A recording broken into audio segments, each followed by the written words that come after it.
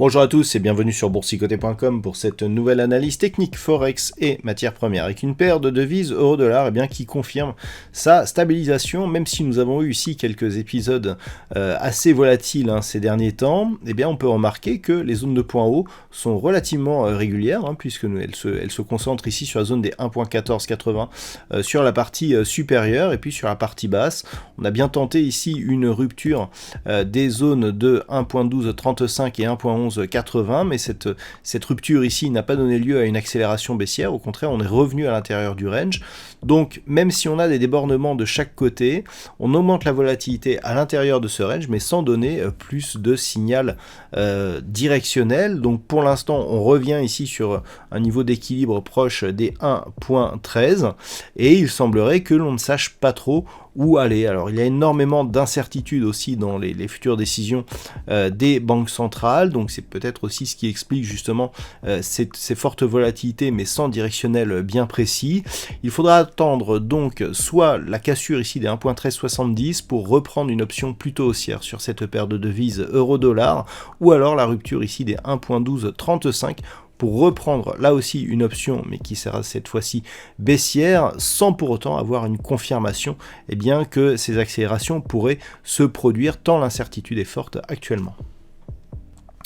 Sur la paire de devises livre sterling contre dollar américain, on n'est pas non plus dans une dynamique marquée, on est toujours dans une phase assez hésitante. Alors les niveaux horizontaux d'ailleurs on semble-t-il un peu bougé, puisqu'il semblerait que nous ayons ici une zone horizontale qui sont en train de se dégager ici sur la zone des 1.3495 et une zone ici supérieure à 1.36. Depuis quelques jours, on se stabilise entre ces deux zones intermédiaires, et la paire de devises livre sterling contre dollar américain ne nous envoie plus de signal directionnel, puisqu'on est sur une évolution assez proche de l'horizontale ces derniers jours.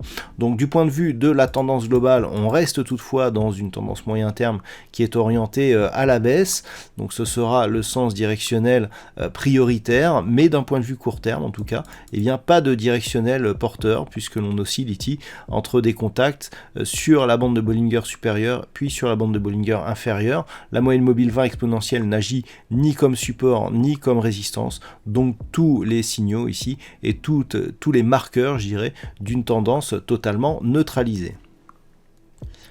Sur l'or, par contre, ça commence à bouger. Ce matin, je disais sur une analyse donnée pour ActiveTrade, que l'or, bizarrement, ne prenait pas la hausse, alors que nous avions quand même des signaux assez intéressants et qui pouvaient justement faire partir l'or à la hausse. Ça y est, c'est le cas, puisqu'après un test ici la semaine dernière, on est venu casser ici cette zone des 1865 $ l'once. D'un point de vue global, ce signal est assez important. On est en train de revenir ici tester des zones de points hauts que nous n'avions pas vues, plus vues en tout cas depuis la fin de l'année dernière, au mois de novembre notamment. Et il semblerait que du point de vue donc je dirais d'une tendance un peu plus globale, on puisse sortir ici de cette zone de range. Alors vous voyez que ici on est sur une vue d'environ 6 mois de cotation, puisqu'ici on est fin avril, début mai, et depuis ce temps, l'or évolue ici autour d'une zone proche des 1807 $ l'once. On est vraiment ici dans le haut du range, mais ce n'est vraiment que sur une rupture ici des 1910 $ l'once que l'on pourrait recommencer à avoir un signal directionnel porteur sur une portée, je dirais, un peu plus moyen terme. Si on regarde un petit peu ce qui se passe sur la vue daily, on voit que c'est vraiment cette zone ici, 1910, puis 1957, qui pourrait nous faire sortir de cette dynamique. Je rappelle que suite au fort mouvement que nous avions connu en 2020, on se trouve ici dans une phase de neutralisation moyen terme sur le métal jaune. Donc ici, la zone des 1865 est le premier étage de cette possible sortie par le haut, donc de cette cette phase de consolidation. On avait vu d'ailleurs que nous avions une succession ici de points hauts qui étaient relativement haussières. Donc si on confirme cette sortie, ensuite nous avons 1910-1957 avant éventuellement de reprendre une dynamique haussière moyen terme. Et enfin, sur le WTI, eh bien ça y est, la hausse du pétrole se confirme. On a aujourd'hui de nouveaux plus hauts significatifs de tendance court terme. La semaine dernière, j'ai attiré votre attention ici sur une zone horizontale proche des 91-80.